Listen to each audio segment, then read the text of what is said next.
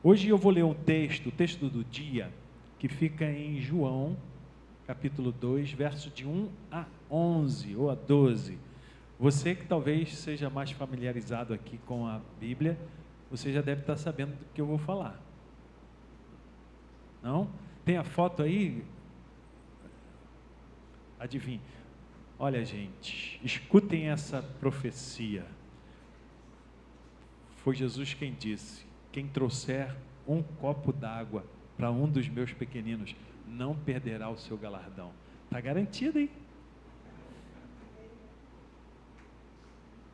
Obrigado, Adib. Sabe do que eu vou falar?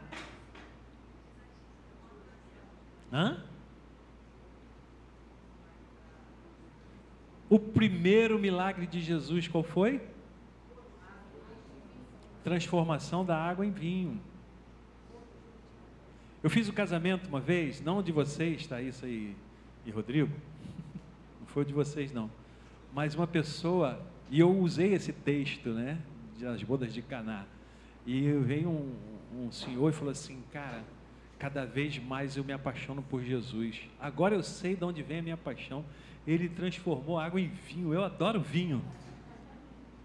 Eu falei assim: Jesus sabia que era bom, né? O Mateus e Marcos vão dizer lá que Jesus era esse, que era conhecido como aquele que gostava de beber muito vinho.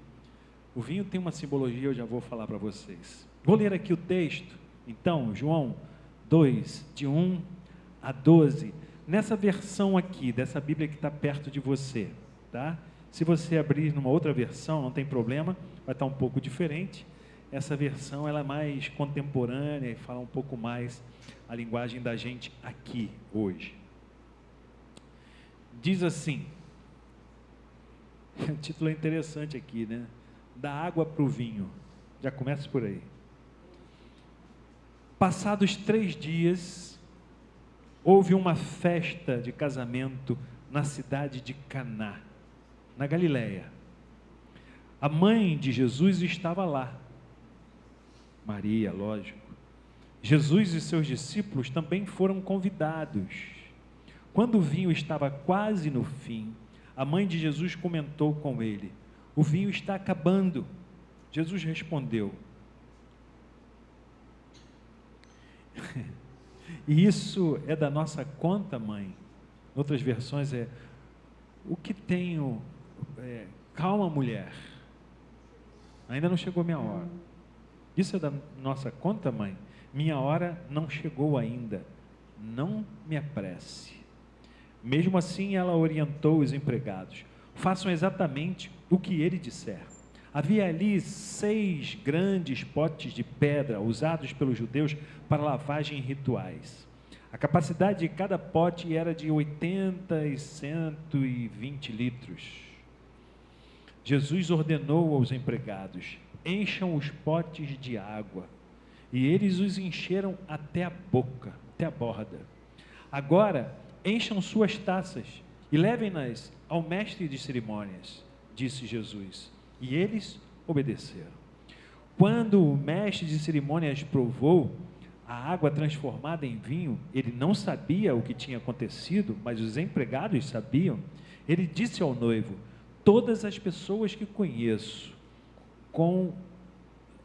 começam com os vinhos melhores, e depois que os convidados já beberam bastantes, servem os inferiores, mas você guardou o melhor até agora. Esse ato de Jesus em Caná da Galileia foi o primeiro sinal, o primeiro vislumbre de sua glória, e os seus discípulos creram nele. Depois disso, ele voltou para Cafarnaum com a mãe, os irmãos e os discípulos, e ficou ali um bom tempo. É interessante, porque quando a gente lê os evangelhos, a gente precisa fazer talvez um exercício aqui de atualização do que eles de fato representam. Esse texto só tem em João. A gente tem os 4 evangelhos, né? Mateus, Marcos, Lucas e João. 3 desses evangelhos são muito parecidos, com relatos coincidentes, Mateus, Marcos e Lucas, que a gente chama até de evangelhos sinóticos. Mas João, muito provavelmente, e é o que é aceito pelos literalistas, foi o último evangelho a ser composto. E ele é um pouco diferente. João, ele é tanto quanto imaginativo, filósofo. Eu acho que João, ele gostava de viajar um pouco aí na maionese, quem diz, né? Escreveu Apocalipse, cheio de imagens.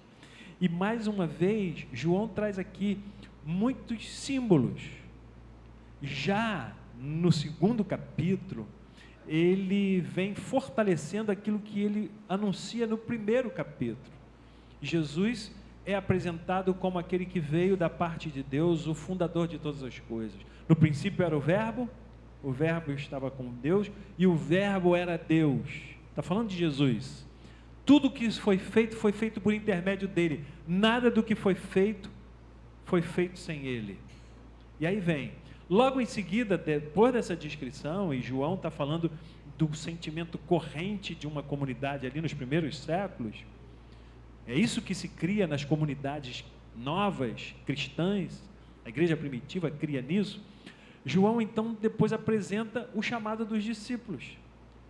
Esse que é apresentado como Messias, como o próprio Deus presente em nós, o Emanuel, aquele que veio para trazer a presença real de Deus, ele chama discípulos, e vai lá, chama os seus discípulos, e se apresenta como o mestre. Depois do chamado dos discípulos, vem esse relato de uma festa de casamento.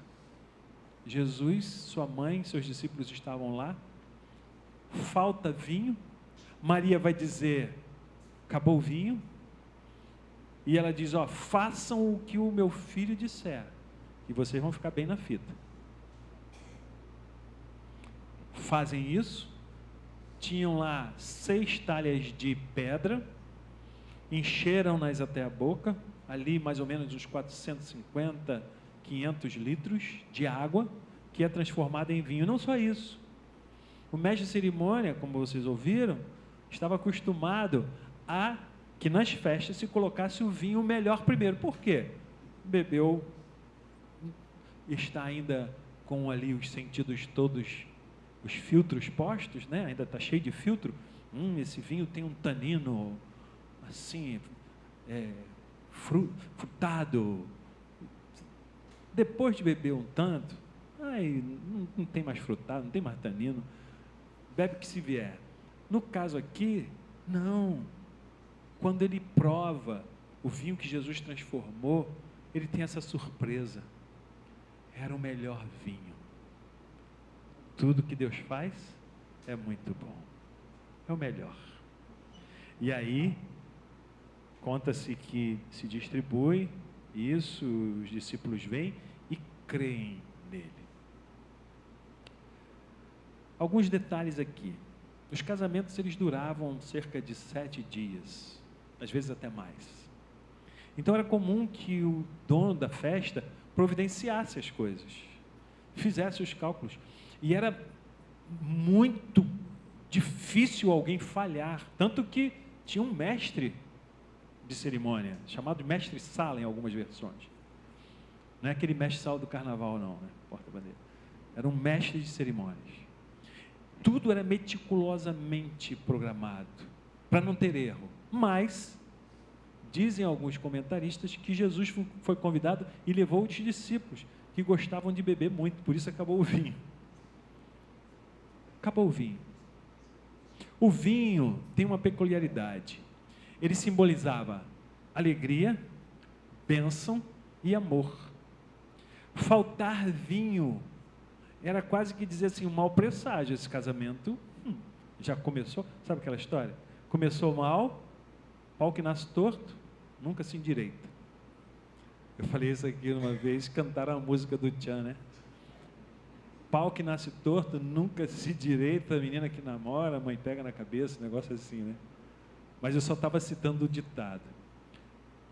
Parece que um mau presságio, faltou vinho, faltou bênção.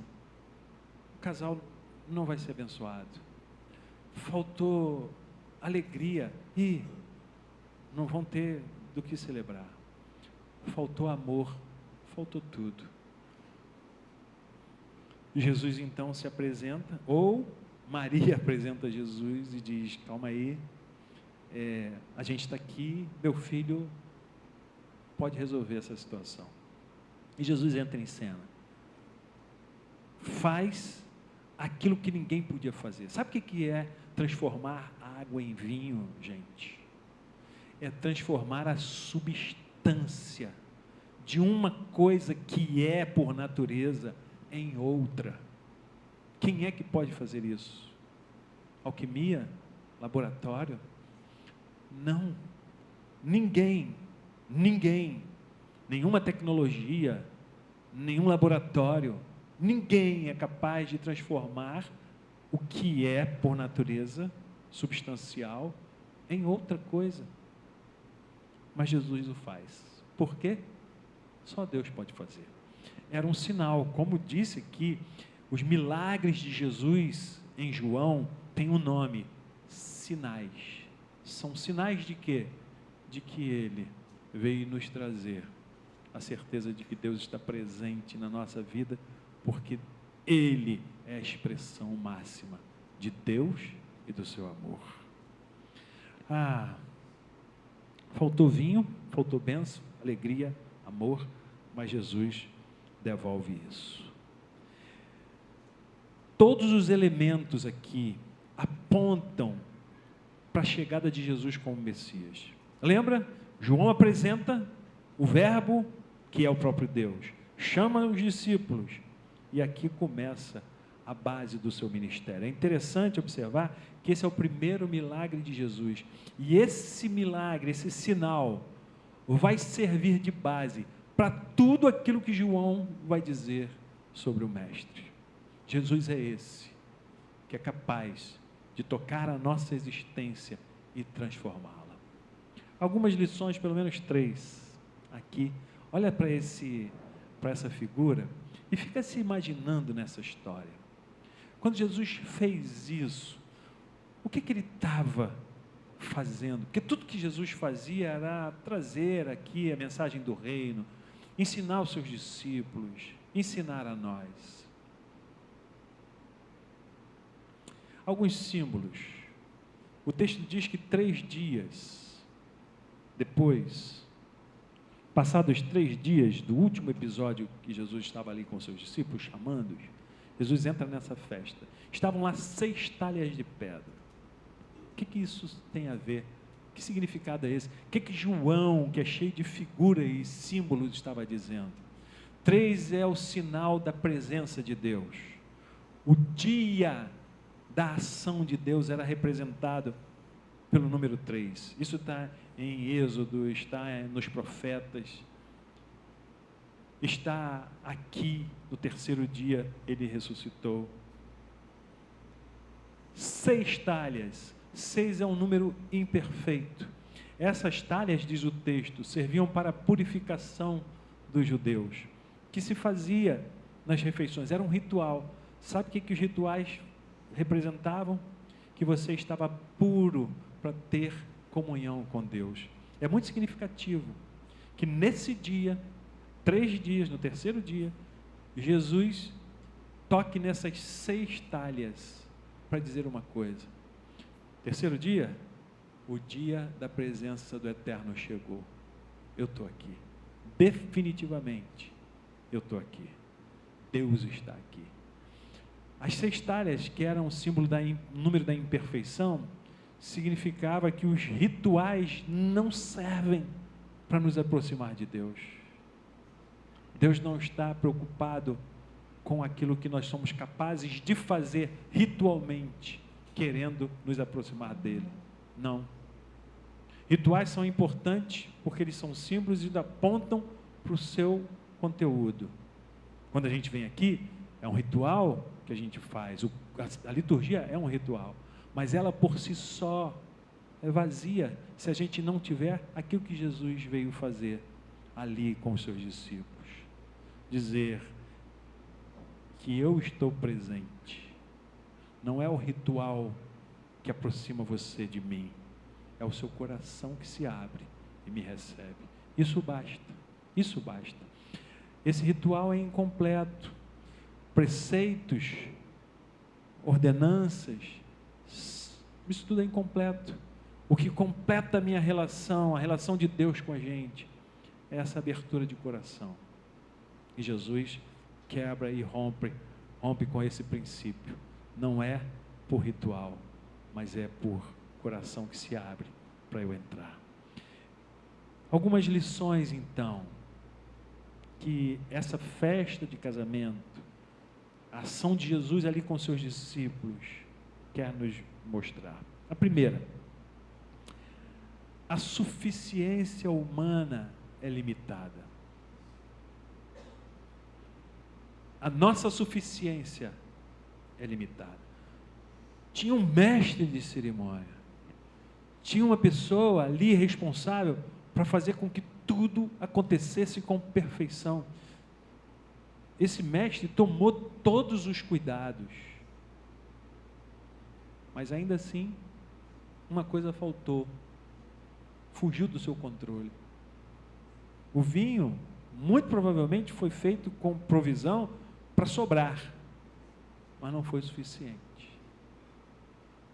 Quantas vezes a nossa suficiência nos engana? Quantas vezes achamos que realmente fizemos tudo e vai dar certo, e de repente parece que tudo escorre pelas mãos. Esse evento das bodas aqui ilustra bem isso. A nossa insuficiência, a nossa incapacidade, a nossa insuficiência humana para sustentar a bênção, a alegria e o amor. C.S. Lewis vai dizer que a maior batalha que nós travamos é a batalha contra a gente mesmo. É a batalha que acontece aqui dentro. C.S. Lewis, o autor de Crônicas de Nárnia, que a gente vê o filme, né? Mas o título é outro. Ele vai dizer, a maior batalha que você trava na sua existência é dentro de você mesma, é dentro de você mesmo. E sabe que batalha é essa? A gente não entender por que a gente não dá conta de tudo. Por que eu quero tanto uma coisa, me esforço por tê-la e fazê-la, e ainda assim não consigo. Lembra do apóstolo Paulo? O bem que eu quero fazer, eu sei que vai dar certo. Um amigo nosso tem essa frase, né? Faz certo que dá certo. Nem sempre. O bem que eu quero fazer, esse eu não consigo. O apóstolo Paulo vai dizer isso. É uma batalha interna que fala da nossa insuficiência mesmo. Somos limitados. Somos incapazes de fazer tudo certo. Por favor, se você sentou nesse lugar de exigir perfeição, deixa eu te dar uma notícia triste. Você vai morrer abraçada, vai morrer abraçado com esse sentimento. Você não vai encontrar perfeição, nem você, nem ninguém.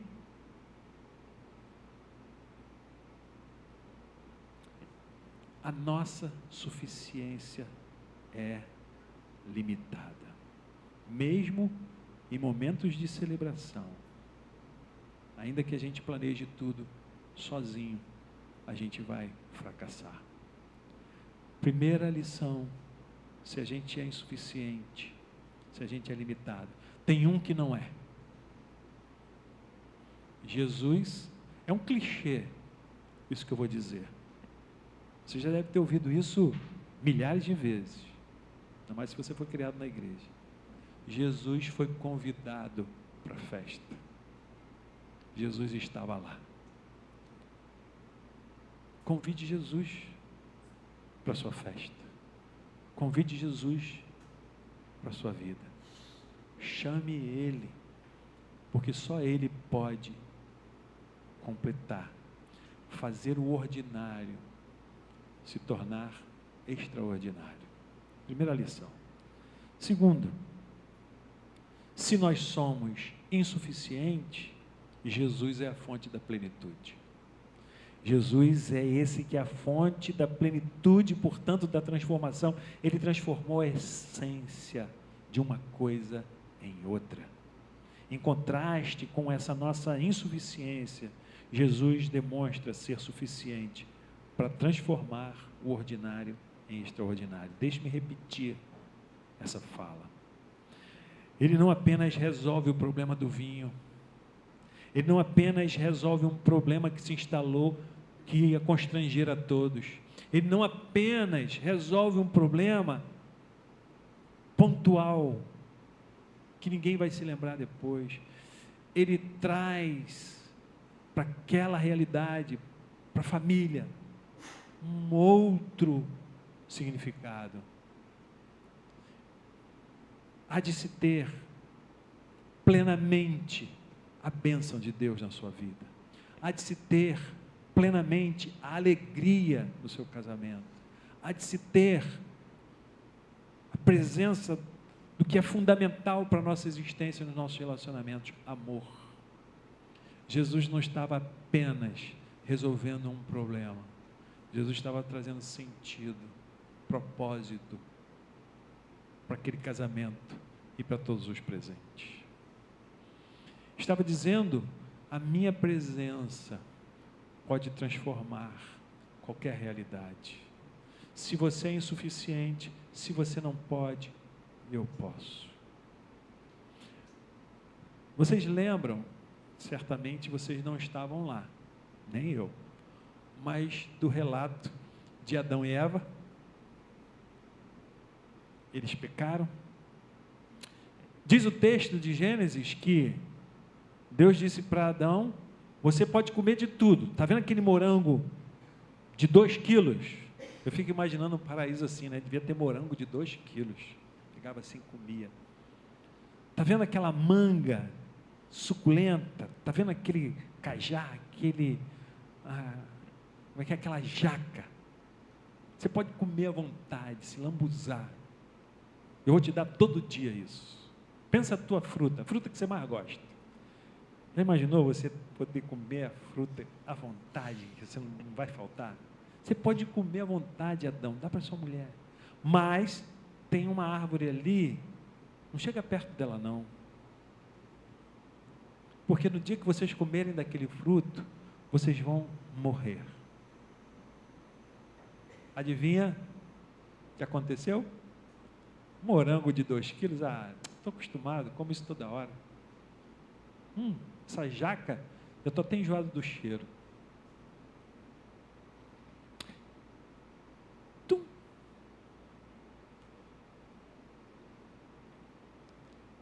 Árvore do conhecimento do bem e do mal. Sabe o que significa? Você não precisa de Deus. Você pode se virar. Você vai ter discernimento para fazer o que você quer, para construir o que você quiser.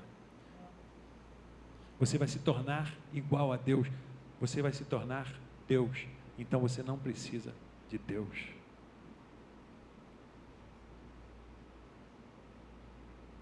O que Jesus está dizendo naquele casamento é que a gente nunca vai conseguir encontrar o propósito da nossa existência e o sentido da nossa vida sem Ele, sem a presença dEle. O maior erro de Adão e Eva foi acreditar que isso era possível. E posso dizer uma coisa? A mesma cosquinha que fez lá em Adão, faz em mim e em você. A gente quer se achar. A gente se acha muitas vezes. A gente se sente muito poderoso. Eu não sei você, não sei se já aconteceu contigo, algumas vezes em que eu me achei. A queda do cavalo foi dolorida. Está tudo resolvido, está tudo na minha mão. Tudo sou eu sou capaz, eu sei, eu faço, eu tenho o melhor. Mas do meu lado tem outra pessoa. Ao meu lado tem uma enormidade de gente que pensa também como eu. E talvez tenha um outro olhar sobre a vida diferente do meu. Por que eu sou melhor? Por que eu sou maior? Não há maior, não há igual a ti. Foi o que a gente cantou. Jesus age aqui para mostrar que a plenitude vem do alto. Eu gosto de citar o texto de Atos, quando os primeiros irmãos diziam uma coisa quase que cantando. Eu acredito até que eles poderiam cantar isso. Quem sabe a gente pode compor uma música assim aqui. Toda boa dádiva e todo dom perfeito vem do alto, do Pai das luzes, de onde vêm todas as coisas. Não somos suficientes, somos limitados, mas nele a gente encontra a plenitude e a transformação daquilo que não é, que pode vir a ser. Jesus foi convidado para essa festa, e com a sua plenitude ele pôde transformar aquela situação. Convide Jesus para a sua festa, para o seu casamento, para a sua casa, para o seu trabalho, para as suas relações. Se tem alguma coisa que você quer que ele transforme, peça a ele, transforma. Acabou meu vinho, acabou meu vinho, faz um vinho novo, e o vinho dele é melhor do que o anterior. A glória da segunda casa é maior do que a da primeira. Terceira lição. Se a primeira é a suficiência humana é limitada, a segunda, Jesus é a fonte de plenitude, por isso de toda a transformação. Finalizo então com a síntese. A graça de Jesus transforma a nossa limitação em abundância. Não tenha medo disso. Não duvide disso. O convite aqui é a fé. A gente se depara com a nossa incapacidade, mas se depara também com a profunda capacidade de Deus agir e fazer o que a gente não imagina na nossa vida. Eu tenho muito cuidado, a gente tem muito cuidado de apresentar um evangelho assim do sucesso, sabe? Pede, Deus não quer que a gente sofra, você não vai ter problema, caminhe com Deus e tudo vai estar resolvido. Não é assim que funciona. A gente caminha com Deus e as coisas às vezes não vão estar resolvidas. A gente caminha com Deus e às vezes o calo vai apertar. Não é promessa de que não vai haver desafios. A promessa é que eu vou estar com vocês nos desafios. Vou caminhar com vocês quando a coisa estiver ruim. Quando a tempestade bater, eu estou com vocês. A promessa é essa. Mas que isso não roube da gente esse olhar de que sim, Ele pode fazer milagre. Ainda hoje. Milagre no seu coração, na sua alma. Transformar aquilo que se perdeu em algo novo. Talvez você esteja pedindo para Deus te dar o que você perdeu e Ele queira te dar uma outra coisa. Ele não quer mais te dar água, Ele quer te dar vinho. Talvez seja tempo de deixar isso aqui para conseguir isso aqui. De deixar o que é velho, deixar para trás uma história que precisa ser deixada para se construir outra. O convite de Jesus é a fé.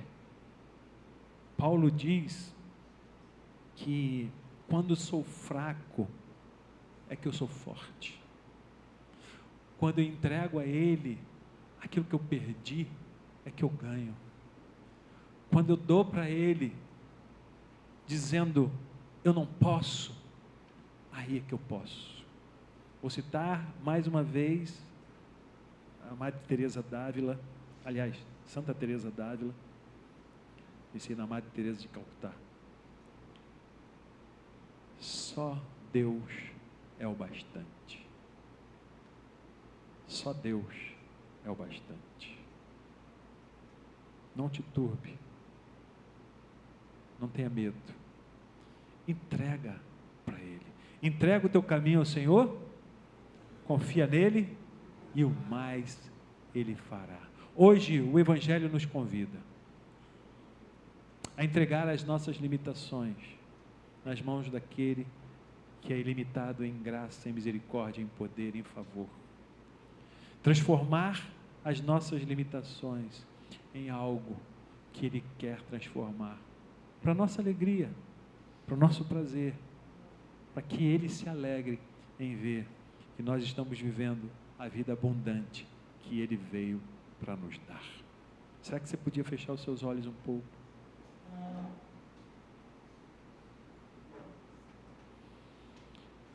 Hoje nós fomos chamados com essa reflexão a reconhecer as nossas limitações.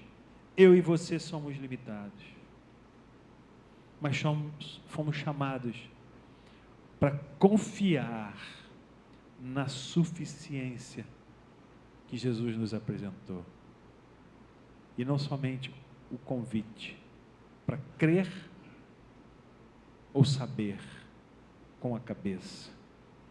Que isso desça para o seu coração, para o meu coração, para o nosso coração, e mova o nosso agir em fé, para experimentar a transformação que Ele te oferece nessa manhã.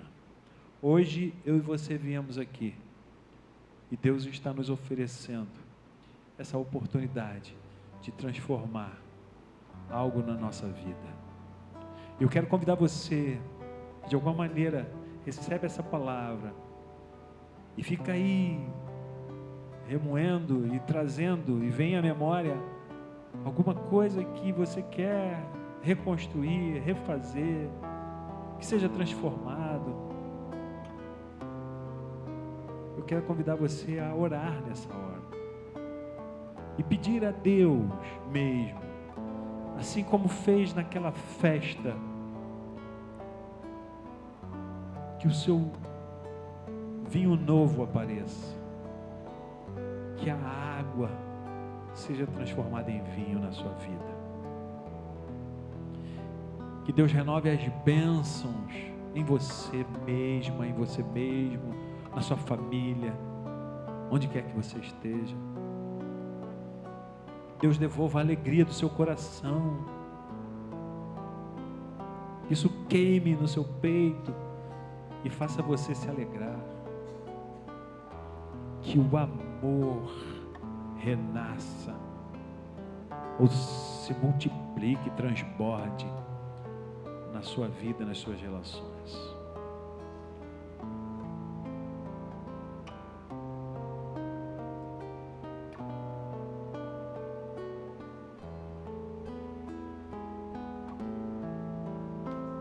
Deus querido, eu quero orar aqui por cada um de nós.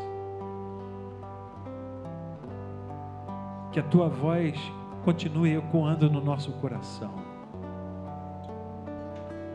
Que a gente se lembre sempre de que é o Senhor quem faz com que tudo aconteça em nós. Que é das Tuas mãos que recebemos tudo o que temos e o que somos, e que nos lembremos sempre que nessa dependência que temos do Senhor, o Senhor jamais faltará.